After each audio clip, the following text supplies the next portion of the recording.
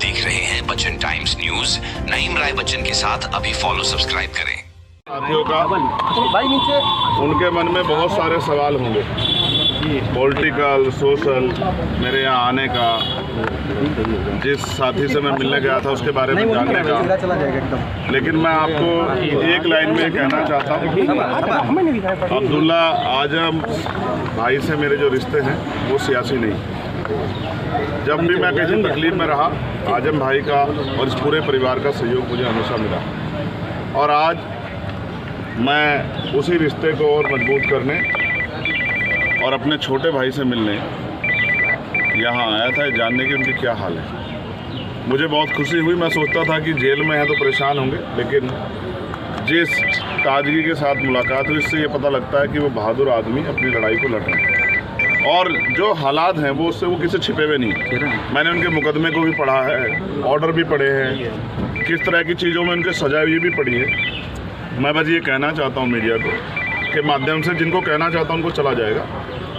सड़क से लेके और संसद तक हम इस लड़ाई को लड़ेंगे। हम इस लड़ाई को अकेले नहीं छोड़ेंगे, उनको, उस पूरे परिवार को, हमारा परिवार। आज जिस तकलीफ़ में हमें इस बात का दुख है कि सत्ता में बैठे लोग सत्ता के अहंकार में उनका दमन कर रहे हैं और तमाम लोग इसका तमाशा देख रहे हैं। ये भी इतिहास में लिखा जाएगा कि जब एक परिवार को, जिसने लंबे समय सेवा की उत्तर प्रदेश की, कमज़ोरों की, मजलूमों की, आज अगर उसको ज़रूरत है तो सब लोग उनके इस दर्द में शामिल नहीं हो रहे। मुझे इस बात की तकलीफ़ है। और जिस तरह के फर्जी मुकदमे लगा के और तमाम चीज़ें, वादी कह रहा है कि मेरा कोई नुकसान नहीं हुआ है, सरकार कह रही है कि हमने कुछ ख़रीदा नहीं है, लेकिन फिर भी सज़ा सज़ा सज़ा, रोज़ नए मुकदमे, ये सब ये साबित करती हैं कि ये सरकार की देखरेख में हो रहा है। जब मौका मिलेगा, आगे ताकत बढ़ेगी, इन सारे फर्जी मुकदमों की जांच कराई जाएगी और फर्जी मुकदमे करने वाले उन अधिकारी कर्मचारियों का विशेष ख्याल रखा जाएगा जिन्होंने ये सब चीज़ें, इस अपराध को, ये गैर कानूनी है तो इलीगल है तो ये अपराध है, इस अपराध को कारित करने में सरकार की मदद। संयोग है कि आज आपकी अब्दुल्ला से मुलाकात हुई और आज अखिलेश यादव भी रामपुर में जो है इनके परिवार से मिल रहे हैं। क्या ये इसका क्या मतलब समझें? मैं क्या कह सकता हूँ? आप देखिए, ये उनका अधिकार है। अखिलेश जी बड़े अच्छे नेता हैं और आज उनको परिवार की याद है, मिलने गए हैं तो ये अच्छी बात है, जाना चाहिए। लेकिन मुझे मेरे छोटे भाई से मिलना था।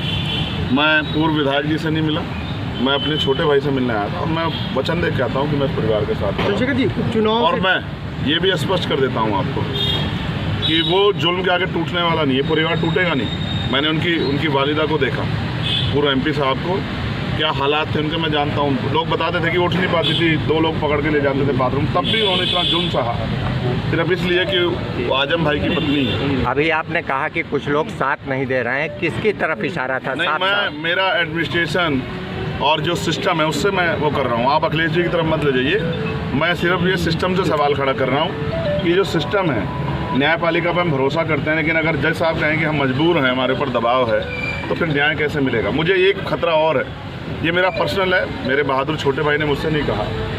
जिस तरह से पिछली कई घटनाएं हुई हैं, मैं उनकी जान की सलामती की प्रार्थना करता हूं, और मैं सरकार से कहता हूं कि ठीक है, आपके विरोध, अंतर विरोध हो सकते हैं, वैचारिक विरोध हो सकते हैं, राजनीतिक विरोध हो सकते हैं, लेकिन मैं चेतावनी के तौर पर कहना चाहता हूं कि अगर कोई इस तरह का षड्यंत्र या साजिश करने की कोशिश की गई तो हम और हमारी पार्टी के लोग बिल्कुल चुप नहीं रहेंगे, ईंट से ईंट सरकार की बजा देंगे। ये चेतावनी में सरकार को देना चाहता हूँ।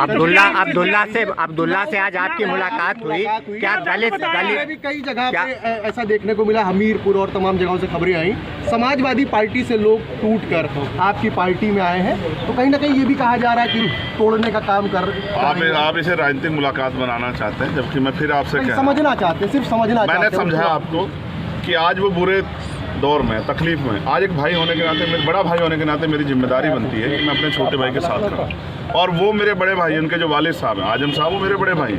जब मुझे गोली लगी थी, वो पूरा परिवार आया था, हजारों लोगों के साथ, 2 घंटे मेरे दुख में शामिल हुआ और मुझसे कहा कि घबराना मत मेरे भाई। तब मैं सांसद भी नहीं था। तो जिन्होंने मेरे बुरे सख्त में एक इंच जो एक कदम मेरे लिए चले, मैं उनके लिए 100 कदम चला। अच्छा सर, इसका संदेश तो जाएगा ही, भले आपकी निजी मुलाकात है, दलित मुस्लिम पर ये चूंकि उपचुनाव भी, इसमें ऐसे में संदेश तो जाएगा ही। जाति के आधार पर जोड़ रहे हैं? ये नहीं, जाति के आधार पे नहीं, ये संदेश तो चला ही जाएगा। मतलब कहते कि एक परेशान साथी के साथ एक परेशान साथी खड़ा हुआ।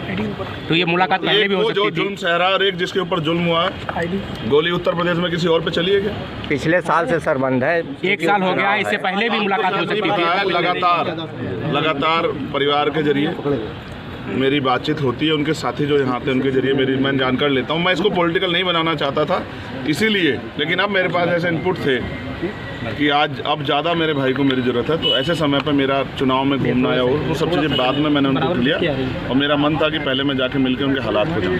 अच्छा, बात क्या बताया उन्होंने? तकलीफ कुछ बताई हो, कुछ वो भी तो शेयर कीजिए। आप जेल के अंदर का हम लोगों को नहीं पता चलता ना, थोड़ा सा बताइए। आपको क्या लगता है एक बहादुर आदमी क्या कभी अपनी तकलीफ़ों को बयां करता है? आपने क्या उसके चेहरे पे उसने मुझसे कहा मैंने अखबार पढ़ना छोड़ दिया। उसने